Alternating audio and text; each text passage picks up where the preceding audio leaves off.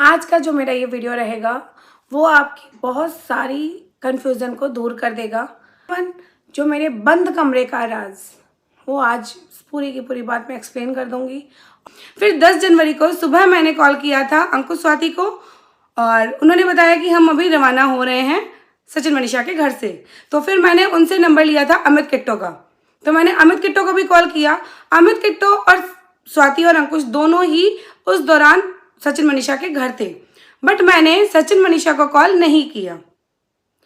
10 जनवरी की ये बात है। इधर मैंने जैसे ही अमित किट्टो से बात करके रखा फ़ोन, विद इन 10 मिनट्स में मेरे पास नेहा का कॉल आता है कि सरिता क्या कर रही है। मैंने बोला कुछ नहीं कर रही, बस बैठी हूँ मैं।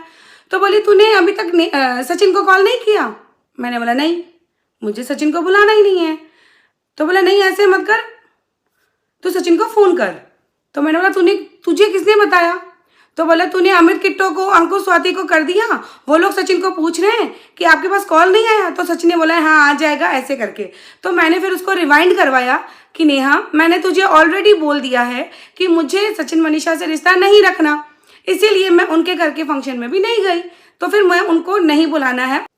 फिर मुझे नेहा ने बोला कि सरिता से अच्छा नहीं लगता है, सारे क्रिएटर्स बातें बनाएंगे, बेमतलब के और बवाल होगा, इससे अच्छा है तो उनको बुला ले। फिर मैंने ज़्यादा कुछ सर नहीं दुखाया, मैंने चुपचाप उसका कॉल काटा और सचिन को कॉल किया। उसने 1 घंटे में मेरा फ़ोन भी उठाया। मैंने बोला सचिन भैया 15 और 16 जनवरी को आपको मेरे घर आना है, मनीषा के साथ मेरे बेबी शावर का फंक्शन है। ये बात करके उसने बोला ओके दीदी, और हमारी बात एंड हो गई। फिर आता है 14 जनवरी की रात। 14 जनवरी की रात जब मेरे पति गए थे रेलवे स्टेशन नेहा को लेने, उस दौरान सारे के सारे क्रिएटर्स वहाँ पे पहुँचे हुए थे और सारे के सारे रात को 2:30 पौने 3 बजे हमारे घर पहुँचे थे। क्योंकि मैं प्रेगनेंसी जोन में थी, 7 मंथ था मेरा, तो मेरे को घर से बाहर जाना अलाउ नहीं था। तो वो सारी ड्यूटी मेरे हस्बैंड को दे रखी थी, तो सारा सामान वगैरह भी नीचे था और वो सारे व्लॉग आप लोगों के सामने ही है। तो फिर वो रात आप लोगों के सामने है कि हमने रात को 4 बजे खाना खाया, खूब मस्ती की और सबको अपना अपना रूम दिया गया और सारी चीज़ें सेट हो गई कि भाई ठीक है अब कल से फंक्शन स्टार्ट है, फंक्शन की तैयारियां हो रही है। 15 जनवरी वाले दिन पूरा दिन बहुत ही अच्छा सा गया, सबका स्वागत हुआ। 15 जनवरी को सुबह जब ढोल नगाड़ों के साथ सबका स्वागत हो रहा था, उस दौरान सचिन के वीडियो कॉल में मनीषा से मेरी बात हुई।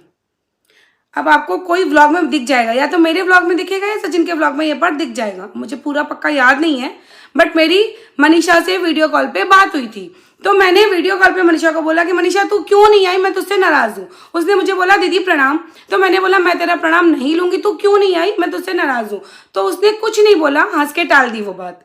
फिर मुझे लगा ठीक है, मेरा फ़र्ज़ बनता था, मैंने दोनों को इन्वाइट किया, आई नहीं तब उसकी खुद की इच्छा है। फिर हमारा फंक्शन चलता रहा, पूरे दिन खूब मस्ती की, सारी चीज़ें नॉर्मल थी।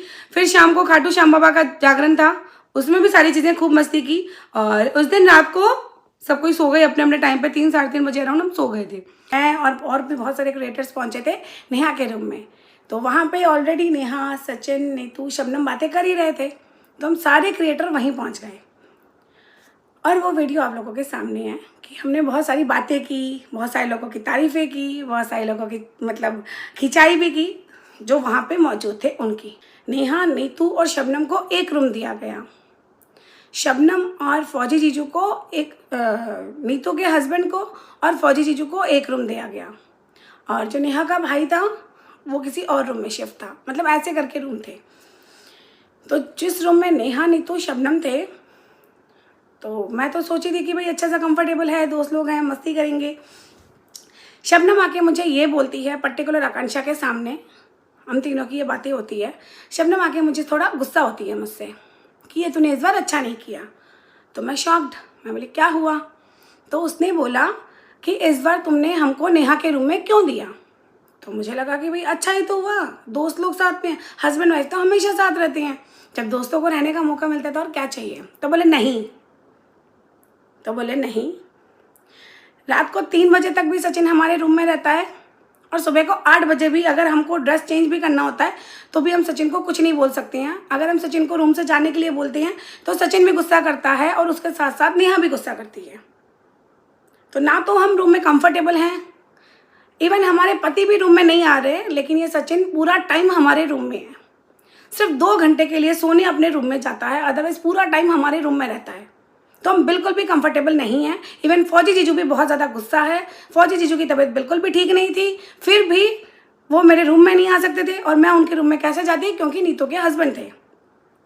तब मैंने बोला कि अगर ऐसी कुछ बात थी तो तू मुझे डे 1 बता देती, मैं तुझे दूसरा रूम दे देती, क्योंकि मुझे नहीं पता था नीचे क्या चल रहा है।